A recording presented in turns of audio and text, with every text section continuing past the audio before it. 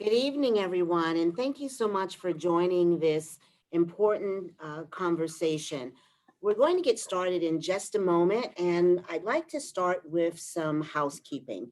This is the WTTW Peace and Justice Community Discussion. My name is Sylvia Ewing, and I'm your host for this timely conversation. Thank you again for joining us. We all have a stake in this conversation. We are all living a very historic moment, and we couldn't be more thrilled for you to be a part of the conversation, and I'm not going to delay. But a little bit of housekeeping. You are muted. You won't be able to speak, but you can chat. So if you're not familiar with that function, take a look at the bottom of your screen, or depending on what device you're using, find that button so we can hear from you. And if you'd like, you can give a little "Hi Sylvia" chat. For those on telephones, you should be muted, but you can go ahead and unmute as you usually would. And we're recording this conversation for use later on WTTW's various outlets. So now let's begin. I'd like to just take a moment to pause and have some silence in solidarity and in solace for everyone who's been in pain. We won't do it for over 8 minutes, but let's just take that moment to gather ourselves and the purpose that we are about to embark on.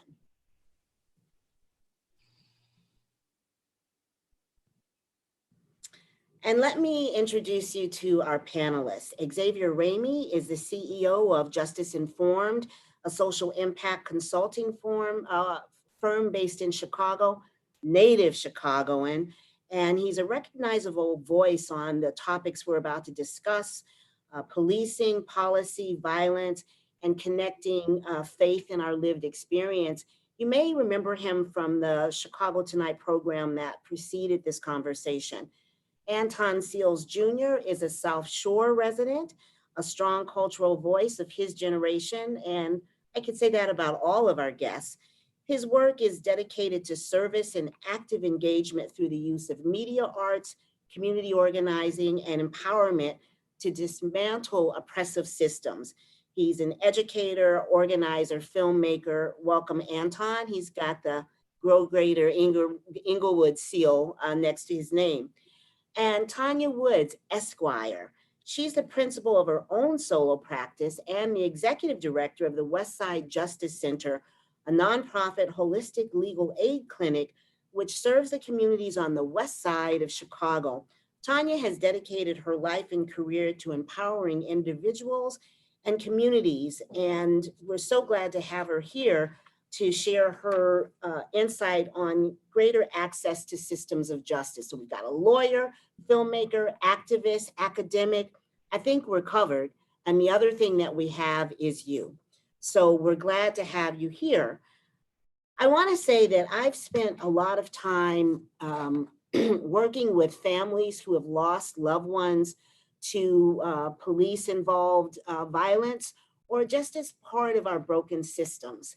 And I've been impressed as I've worked with people like Martinez Sutton, Rakia Boyd's brother, or Hadia Pendleton's parents, Nate and Cleo, Blair Holt's dad, Ronald Holt, and his mom.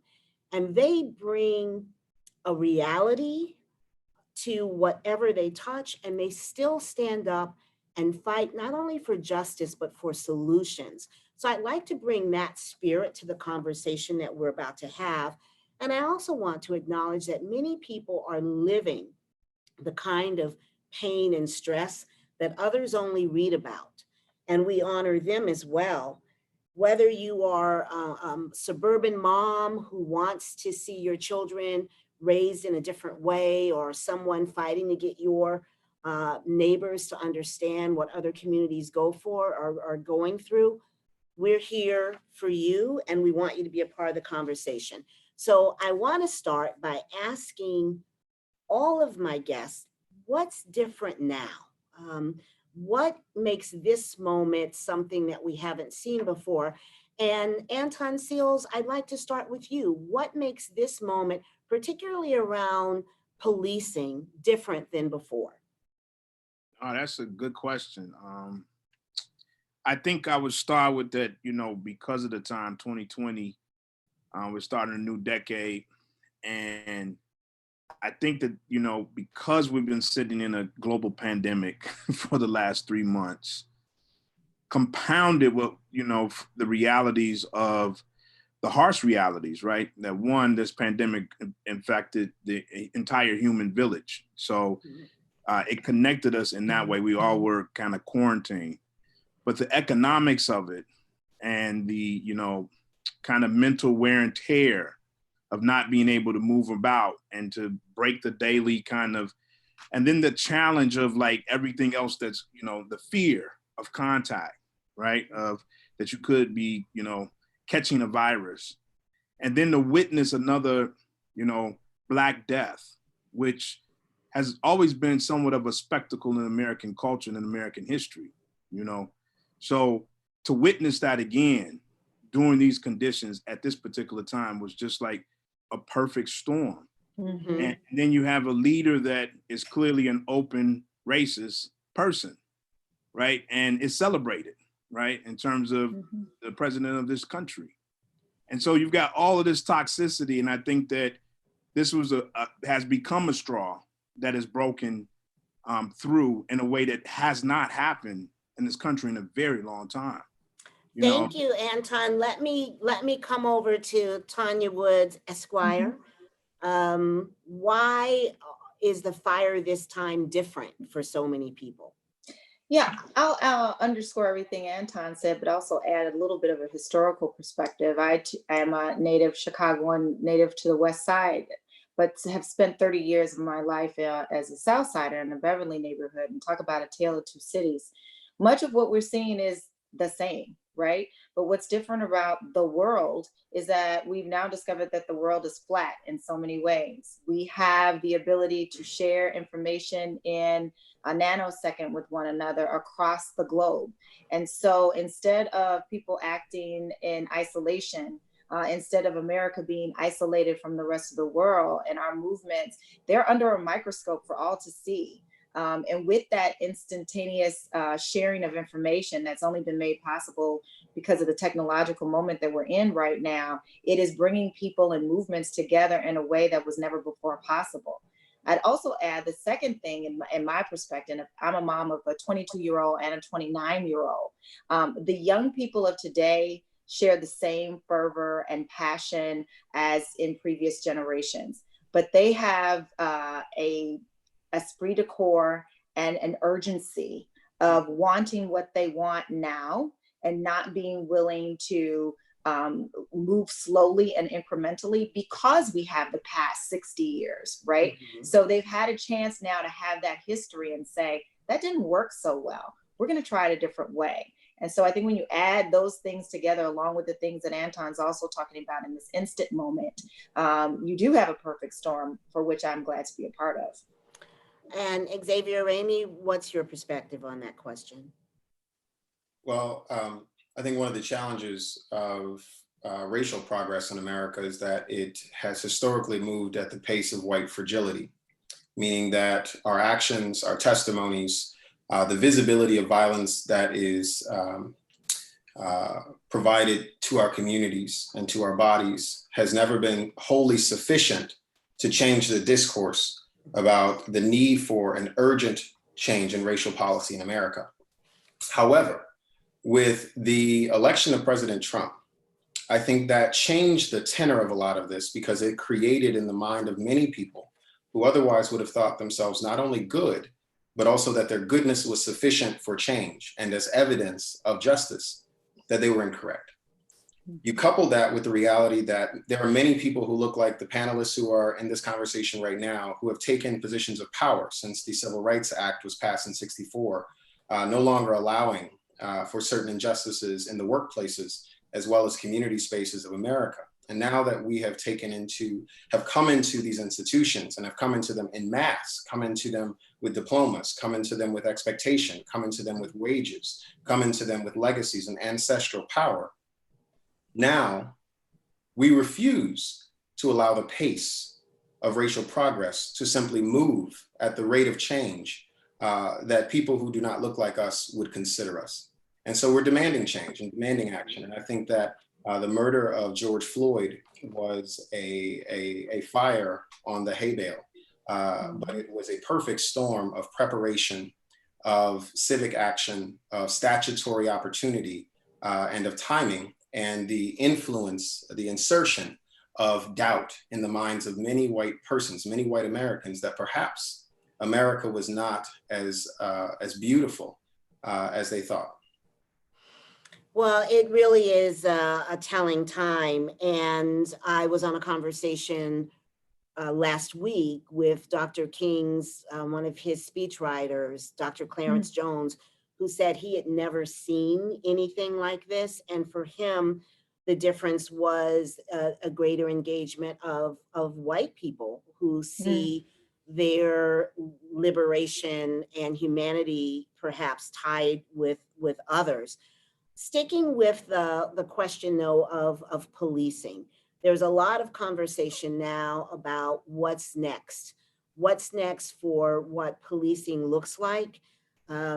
We have different people with roles. You know, what is the role of, say, a state's attorney, a mayor, a superintendent?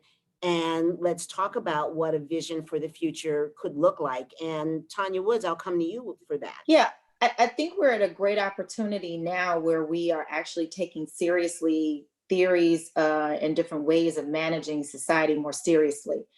So for instance, when we see hashtags defund the police, right, which are now everywhere, that doesn't seem as preposterous as maybe it once did. When we see hashtag abolitionists, right, we now stop and think and ask a question, what does that mean, versus automatically assuming that it means lawlessness.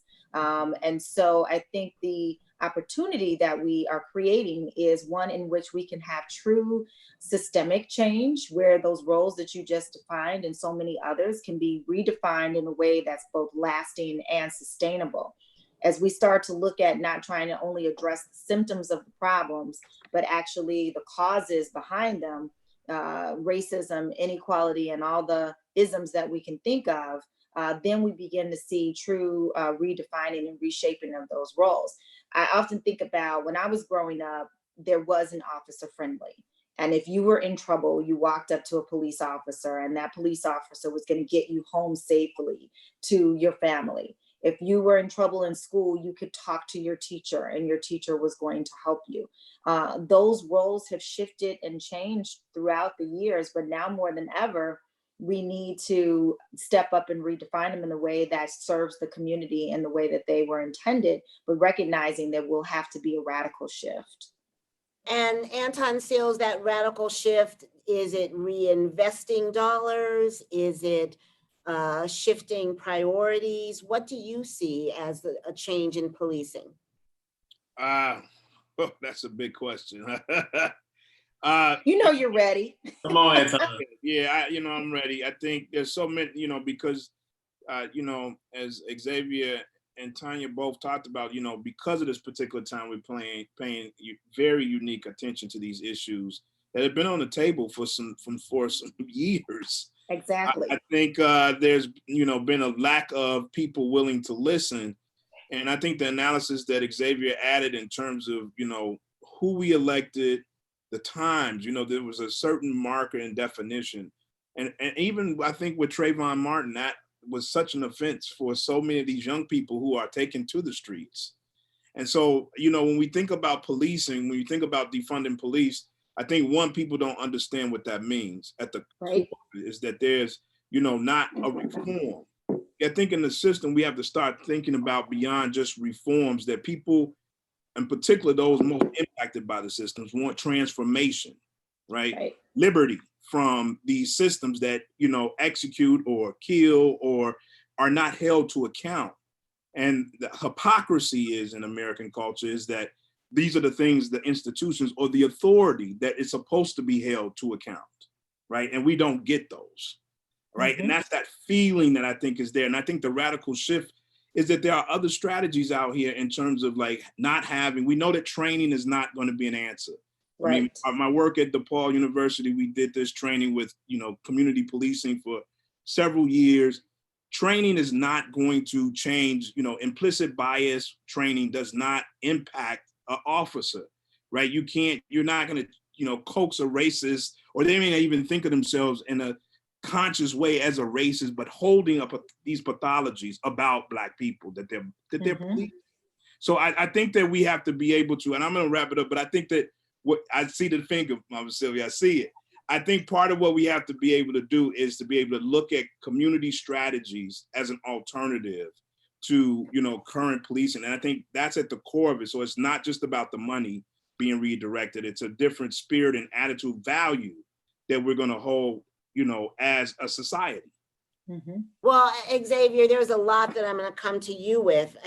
There's conversation now about amending laws, about making changes, about the structures of unions and the power that police unions have. All of these things are on the table at this point. The people want to know, what does defunding mean? Does it mean reprioritization? Does it mean that you're calling the police for not for violent crimes? Like, what vision do you see? And is it a distraction that's taking away from what the police have done to even talk about it in that way? No, first, I just want to acknowledge that the work of defunding and police units, as well as reorganizing society around a more equitable and safe definition and experience of safety, is something that must be collectively imagined.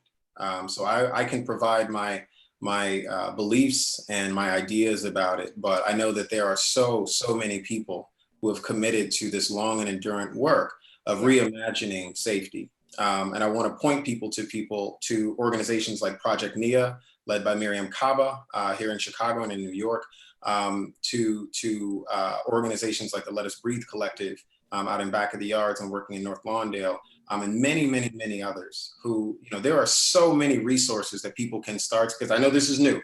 Please do your homework before you start to make assumptions about what something is which you have not experienced the violence of. Please do your homework. Now, on the question of what does it mean to defund the police from a pragmatic level, one, it means that we have to look at policing budgets, which, if we use Chicago as a microcosm, roughly $1.8 billion a year of the city corporate budget goes to policing currently.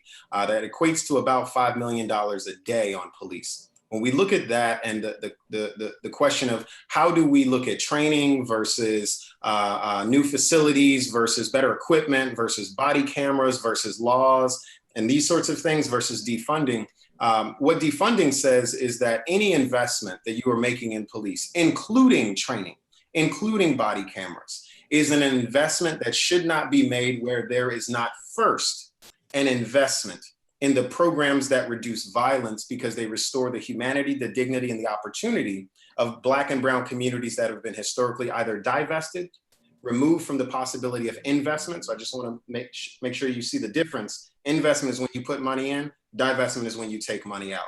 One side is like a philanthropist, the other side is like a pirate. These are different things. And we're not realizing and coming to terms with the fact that many of these communities have been pirated first, then they were philanthropied.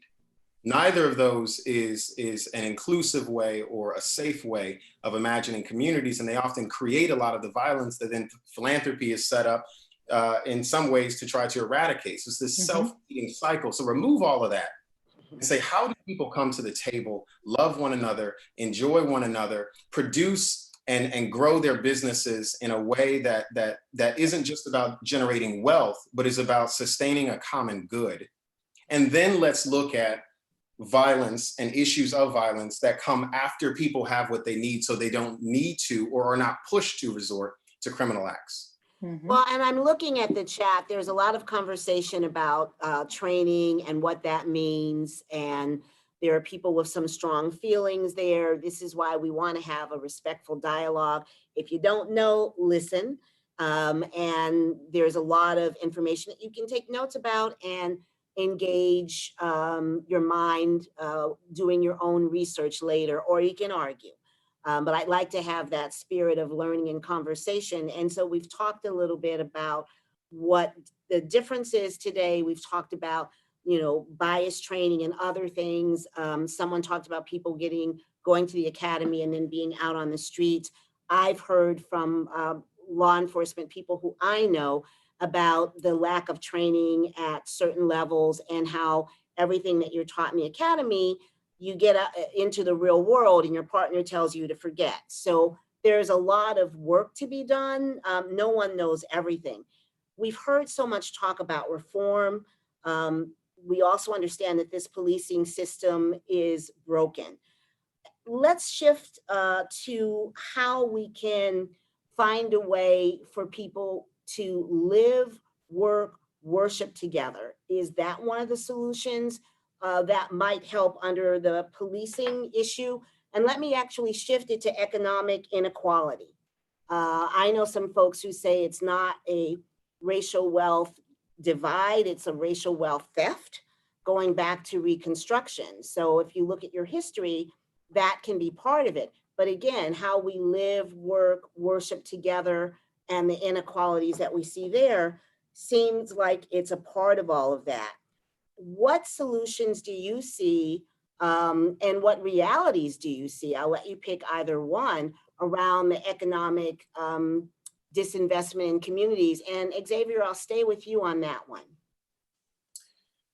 Yeah, you mean what resources can we look for? Well, first, what's the situation that you see, and then we'll go into resources.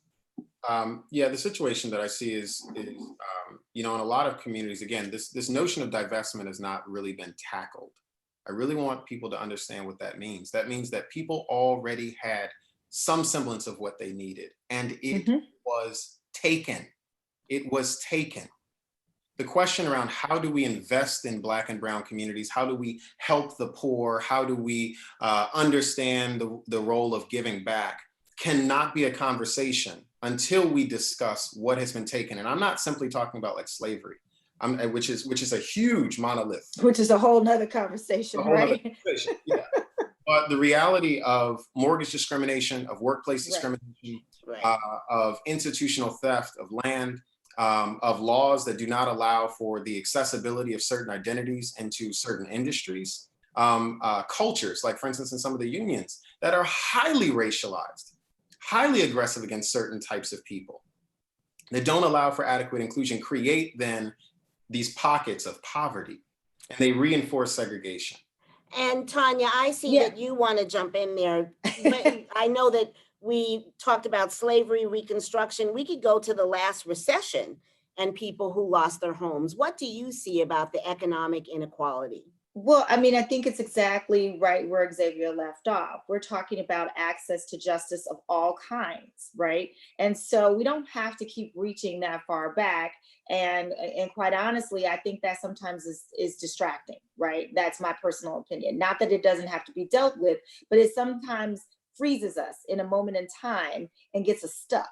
And it doesn't bring us forward, and it doesn't call on the carpet the harms that have been recently done to us, right? So we spend a whole lot of time making sure that people have access to fair and adequate housing, that they're not living in slums under unsafe conditions that then affect our children, who are more likely to suffer from asthma and are going to get sick because they're living in either the back of the yards where there are too many factories, or, vermin infested. So all of these things are compounded when you talk about having lack of access to all forms of justice, right?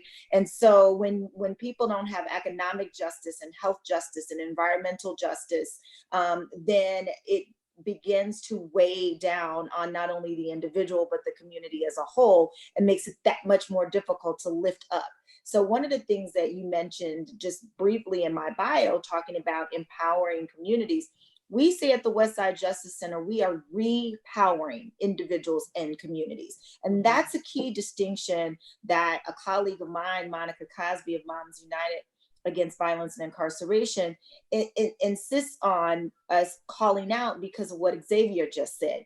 We were robbed, right? So we had institutions, and we had our own dry cleaners, and we had places where we could go and eat. I just saw a list of 107 Black restaurants you could eat at now and get carry out from. So it's not like we don't know how to do these things, but after so many generations of disenfranchisement and marginalization, it does make it that much harder. But there are lots of coalitions and people who are working together as allies, some of which Xavier just mentioned, but you're not going to see us on the 8 o'clock news, and you're not going to see us in the headlines, right? Our work only often comes to light when there's a march or a protest or a demonstration, right? And then that comes with its own colorization. But in between the marches and the demonstrations, all these organizations are still doing very important work. And that's a narrative that's often untold. And we're starting to see some of those links shared in the chat. Just continuing on the economic front, I know, Anton, you've worked at this in so many ways, starting with healthy food, reinvesting in communities like Englewood. What do you see as both the issues and moving into perhaps some resources for folks who genuinely would like to know about them? And you're on mute, so you can. I think that there's a few things that we can kind of think about, in particular around economic. And before we even jump into that, I really want us to explore, because at the core of it is we do need to talk about capitalism as another driving part of this. Yes. Which, has this long history around the African body in and of itself, because we were not only the labor, but we were the actual technology, the scientific knowledge who took care of the earth. So that's why we were the original stewards of the earth. That's what Black men and women were doing in these spaces long before contact with Europeans. So that level was all extractive. So capitalism in its nature is extractive, and there's winners and losers. And in this country, the democracy was supposed to be the public was supposed to be able to check the amounts of wealth. And that's gone all the way off of the rails in the last 50 years, in particular, in the post-civil rights era, essentially. Mm-hmm. The wealth gap increases. You do see, more and more Black, people moving into the middle class, or what we would say the Black elites, but only at a really marginal scale. So I think sometimes when we also, as Toni Morrison would say, sometimes romanticize the past. Mm-hmm. So part of what we see in neighborhoods is that when white flight happened, and many of these Black neighborhoods or the hoods that we think of now, they did not flee the commercial districts. They still own many of those buildings, and where many of the Black businesses are renting at or they just leave them boarded up. Mm-hmm. Right? So I think that part of the push has to be around what the public, and so what we have also this austerity piece that we've been living under for the last 30 to 40 in the Reagan world, right? Where you draw away from what the public dollar, that government is too bloated, doesn't work. And what you end up with is that you're not getting our people, our share, to the point that the theft is at the public space to begin with, right? Because we're paying taxes, but they're not investing in the same way, right? Because those dollars are not directly going to independent businesses to grow as they've done in other cultures across this country. So part of the push, I think, has to be around what the public, in terms of the investment, and thinking of different ways in which to erect and support businesses in our community, right? And growing those to scale. So, and thinking about the ownership model of those as well.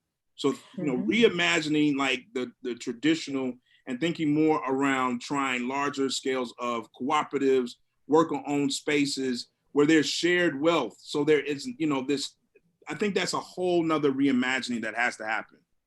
And I've seen you do it with the marketplaces, with, there's everything from energy cooperatives to how we bring food into communities. There are Black folks in all of these spaces. Often people pigeonhole where we are working, but I think each of you represents the broadness of what we are facing. I see that some people are quoting the Bible, take the plank out of your eye and then you'll see clearly. Wait, Mom, Sylvia, I have to say, can I butt in and just say, we have, people in our communities have been planning, have been engaged. Yes. And so what I'm saying is that when we are tapping at the door to get the resources, What we need is real investment. When you talk about transformation, I think this goes beyond both parties. The rhetoric of nothingness is what Black people have had in this country for so long. It does not deliver. The gains are not felt. And if the gains are felt, then you're also experiencing, while we're experiencing economic gains, our country, our culture was experiencing some of the highest level of murder and, you know, things that were happening in these inner cities when the war on drugs was instituted.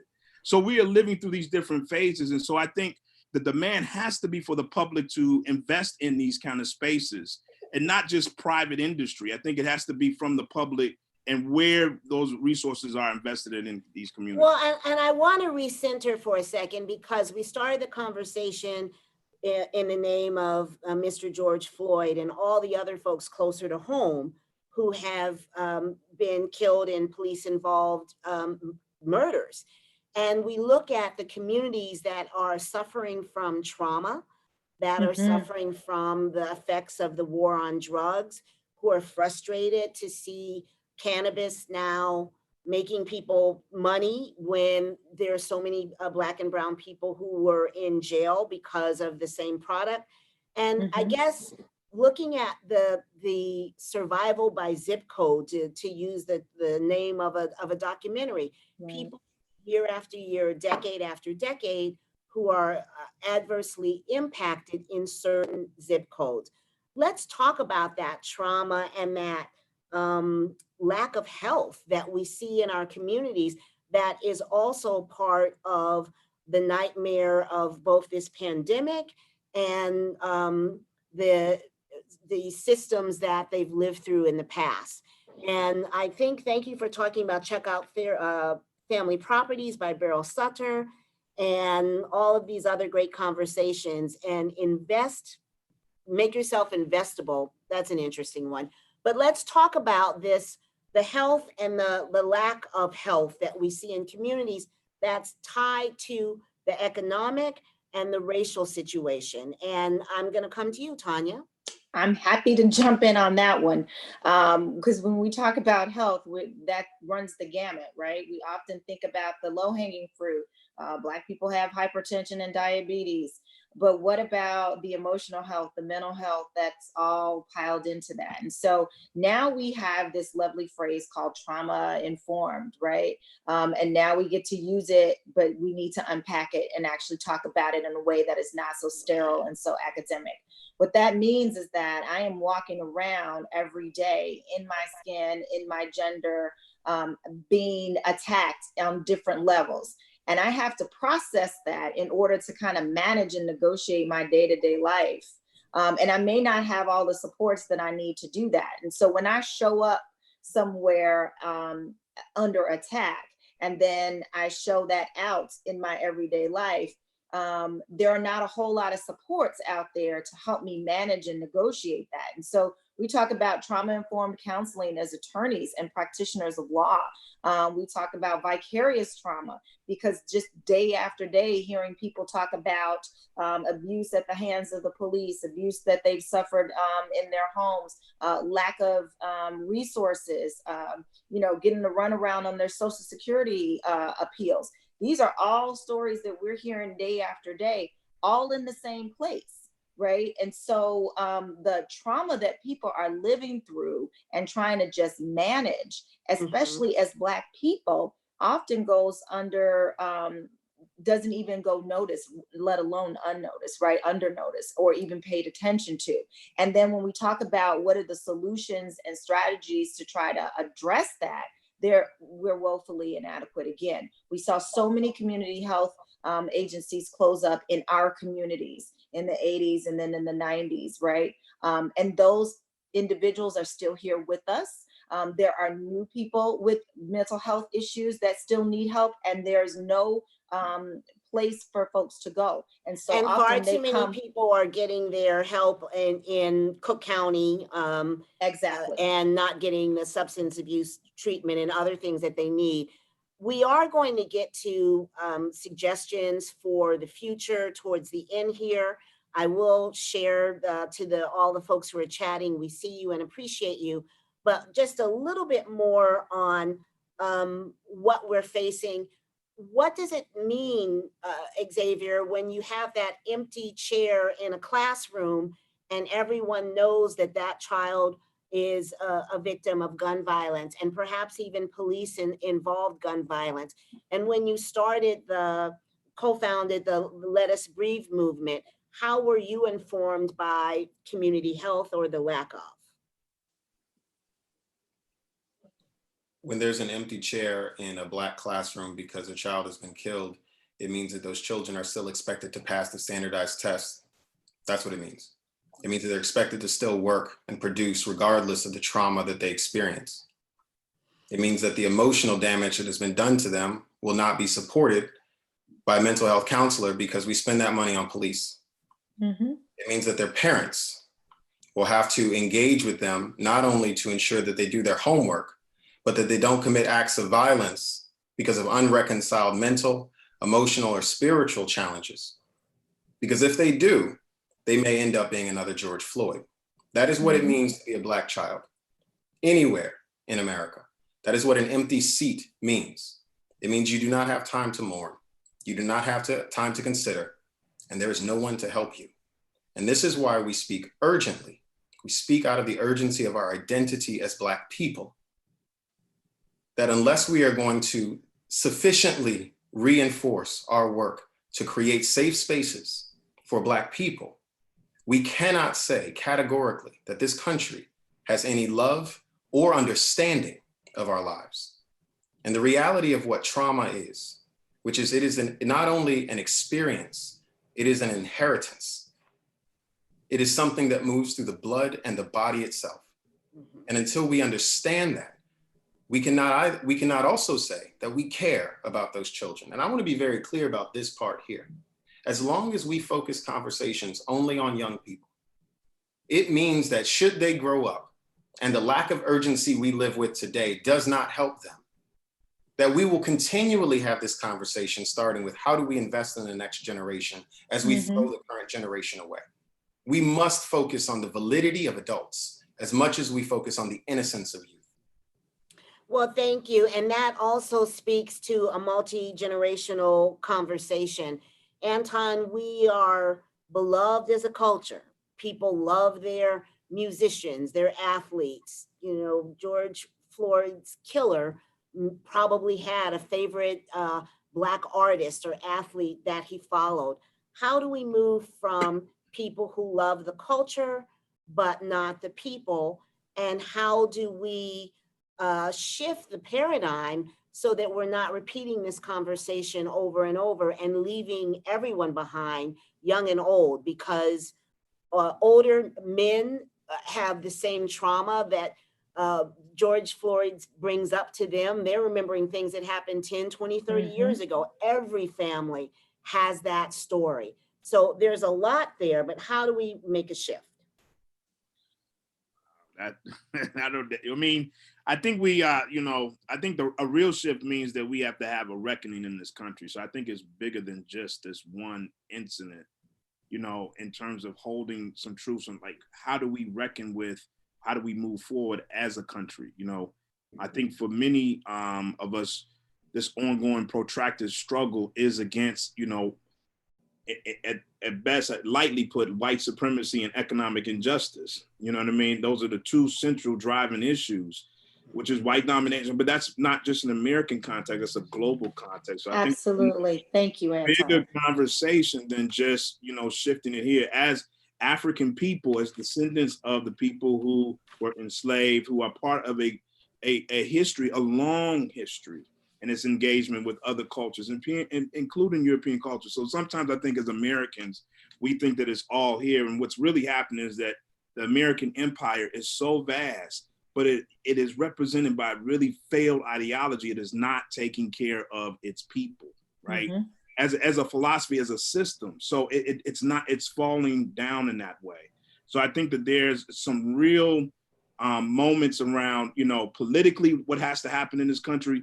No one feels comfortable with, the Democrats or Republicans pushing these initiatives without them being completely watered down. And part of that is that you have a vast majority of white folks who can live in silence and not be able to engage in this. right? And to move it to the side as not their issue. And that's that reckoning you're talking about, That's Anton. That's right. Right. And It's I not think just to the have that systemic deeper reckoning, conversation, the because I think that individual. this will just be a moment that people will then put as another dot. But I think the real changes, I mean, and these things, of course, take time, but when you have leaders who you elect, you know, they represent, you know, you can't have these leaders without followers. So even in this, and we've lost some of that, you know, because in particular in our communities, we're not engaged in those ways. When we vote, we want to see success. And I think that that is the positive thing that's happened in the last decade, is that all of the younger people have been pushing policies. And so I've seen, even in my short time period, that there is movement, right? And so we have to be, and I would just say, end in saying, we have to be encouraged that we will win. That we have to find history of winning and to be able to really make that change. We have to find that strength and use this moment. We are having a conversation with people in this moment, this historic moment where folks are paying attention differently to that fire this time. Maybe it's from being home. Maybe it's from finally seeing such an egregious moment. But I think being mindful that there's still a trial, there's still a union, there's still a leader at the top of our country who doesn't do dog whistles, who does very direct tweets that can be divisive. But each of you has taken an individual move. Each of you has founded or co-founded something to make change. And I'd like to take a moment to talk about what you have done personally and what it brings to this moment. And I'll start with you, Tanya. Talk about the Westside Justice Center and the hub of people that are involved in what you're trying to achieve. Yeah, the Westside Justice Center is a perfect example of how we were talking earlier about collective, you know, co-ops and farm and agricultural. Imagine that in a legal space. So about 4 years ago, a group of like-minded, mission similarly driven people who were activists and former elected officials and attorneys came together and saw an opportunity in a space that was originally earmarked just to be a new law office for the principals, turned into a moment in time where they looked around and realized it would be irresponsible to set up shop for yet another law office if they weren't actually reinvesting in the community, where there were no services that people could either afford, either whether they were legal services or even human and social services. And so it was out of that need that the Westside Justice Center was born as a not-for-profit. And originally we started out with a different model altogether, the holistic legal aid. Those are very intentional words for us, because instead of an individual kind of walking in with one problem and then saying, fix this one problem, we attempt to see the person as a whole individual. And it is our desire to co-author a blueprint for action that they are in charge of. And so it's not a place where you go just kind of dump, but it's a place where we co-create together. And so what has evolved is a space that we now refer to ourselves, we're not tenants, but we're a collective, if you will, of principals in 2 medium-sized law firms that handle everything from criminal defense to family defense, 5 not-for-profits, everything from the Westside Justice Center to the Chicago Community Bond Fund, Moms United Against Violence and Incarceration. We have small businesses. We have a jerk restaurant next door to us. And you're also part of the Restorative Justice Hub. Absolutely. So very good. Absolutely. Look it up online. I'm going to come to Xavier. Thank you so much, Esquire. Thank you. You've started and co-created so many initiatives, including Justice Informed and going back to Let Us Breathe. I'm going to ask you for your 30 seconds to a minute on why you started what you did and what it means to co-create solutions. I want to be clear. Justice Informed is a social impact consulting firm. Many people think I run a nonprofit. The reason why they think I run a nonprofit is because we don't have in the American mind an understanding that corporations should actually be about the work of producing equity, not only in its services, but in how it operates its operations and in the ways it speaks to and about people and communities. Justice Informed is a social impact consulting firm, so I sell ideas. I sell ideas that become strategies for firms, for corporations, for nonprofits, for foundations, to produce equity in the way they do their work, period.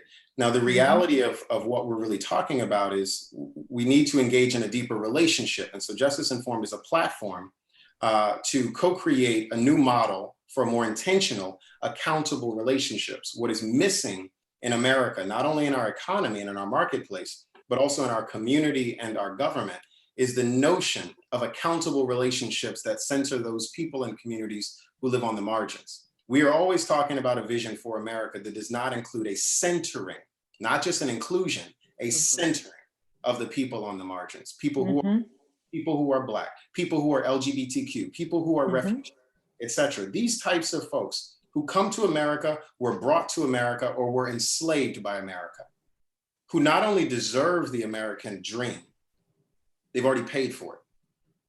And this and Justice Informed is a model that does that beautifully. Let me finish this real quick. The reality is that we have to create a more enduring, more powerful definition of civic and social and marketplace relationships than we have right now. We cannot be informed by profit. We cannot be informed by marketing. We cannot even be informed by law and order. We must be informed by equity and justice, because that's what we need to keep each other safe. Hence the name. Thank you. Anton, in the time that we have, let me ask you, you are involved in so many initiatives. Talk about why you started the things that you started. It's it's an act of service and it's an obligation. I'm a grandchild of an organizer. I mean, this is, my role.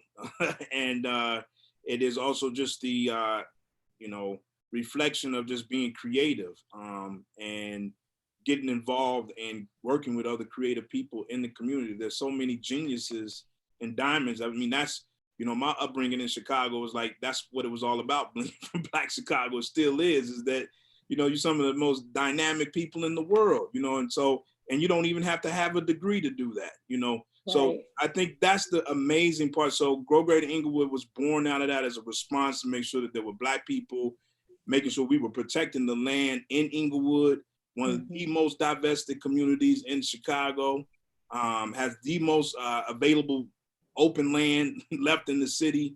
And so we wanted to make sure that the people who had, paid for that in blood, essentially, had access to that. And by using, a food system and also thinking about farming businesses as a way to catalyze, and sharing that wealth. But also knowing that the greatest wealth that the community has is its health. So making sure that we have, give access to different kinds of fresh fruits and produce and vegetables and so forth. And so that's what we're doing now. I mean, this pandemic has brought all of the different actors together. Grow Greater Englewood works with a network of different farms, Black and brown farmers, community gardens across the city.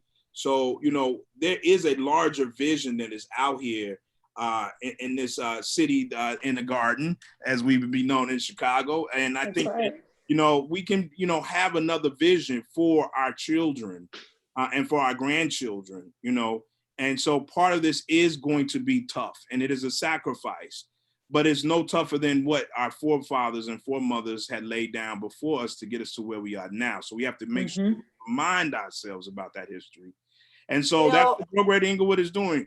It's out here, and you're looking at the Englewood Trail. So we are also advocating that there should be more public green spaces in communities where people can go to decompress from, and nature is the perfect space in order to do that. And that's something that we are in need of, just like we are in music and food. We need to be with the sunshine and the trees and the wind and everything else. I know, and you want to see a 606 type model in Englewood. Oh, nonsense. The 9606. Your version. That's correct. Well, let me just say, I've been watching the chat. There's some folks who are appreciative. There's been robust discussion. I'd like to point out that very often things get hijacked And okay, not 606. I see love, love, love you guys and some other things, but conversations can be hijacked. Tanya, you talked about how, you know, sometimes we go all the way back to slavery. We have so many recent discretion, examples of injustice, in inequities to look at. We've talked about what we need to do for children, as well as different models, justice-informed corporations and strategies, and not forgetting that we are engaged in the earth and in nature, and we are a community of stewards and a people of stewards. I've heard a lot of folks who say, what can allies do? What can white folks do? You know, I'd love to say a couple of things just from my end: bring more decisions to the community level and keep people out of the courts. Restorative justice works. We have proven that. Learn more about progressive court reform and support for progressive prosecutors, because who gets charged really does matter. And being poor or having mental health problems isn't a crime. And then monitor and protect our free press. Choose real journalism that informs your ability to make sound decisions, and less media that divides and sensationalizes for profits. Understand that the same zip codes where Black, brown, and poor people live are the first to suffer and the last to recover, whether it's from pandemics, climate change, incarceration, poverty. White folks, teach your children about race, power, and history. And I know that there are many more of you who are doing that, who don't want to repeat the failed policies of the past. I hope you all speak up when you hear those tweets and those dog whistles. And lastly, keep your eyes on the political prize. Let's not be divided and distracted with a national election and a referendum coming up. And ask yourself how you can listen and how you can be a part of the solution. So I thank all of you. It's tiring, it's exhausting. We're tired of explaining, but something feels a little bit different this time. Tanya Woods, Xavier Ramey, Anton Seals, there's information about you, and Channel 11 will be sharing this information in some of our links. And I will say that we want to thank you for joining this Peace and Justice News Special, this community conversation. I hope you learned something new, and I hope you understand how racism at the bottom line impacts our communities. How many times do you have to hear a reporter say, there's a new study out and it shows there's racism in real estate, there's racism in education, there's We'll racism. die 30 years sooner. There's racism. Like PhD's dissertations. well, come on now, come on. Yeah. So we know it. What are we going to do about it? We're working to create these opportunities for real conversation and platforms for different voices. I just also want to remind us, it's not only about the children. I apologize to millennials for all the things that we boomers messed up for you, but children are watching, and we need to plant the seeds today for the kind of world we want to see tomorrow. And if you were watching with change in your heart, we thank you. And we hope that you learned something in spite of yourself if that wasn't what drew you here. So thank you all so very much. You can go to wttw.com and follow the social media to continue to learn more. I think with that, we're going to say good night. Good night. And Good night. Thank you, Sylvia. Thank you, Sylvia. My pleasure.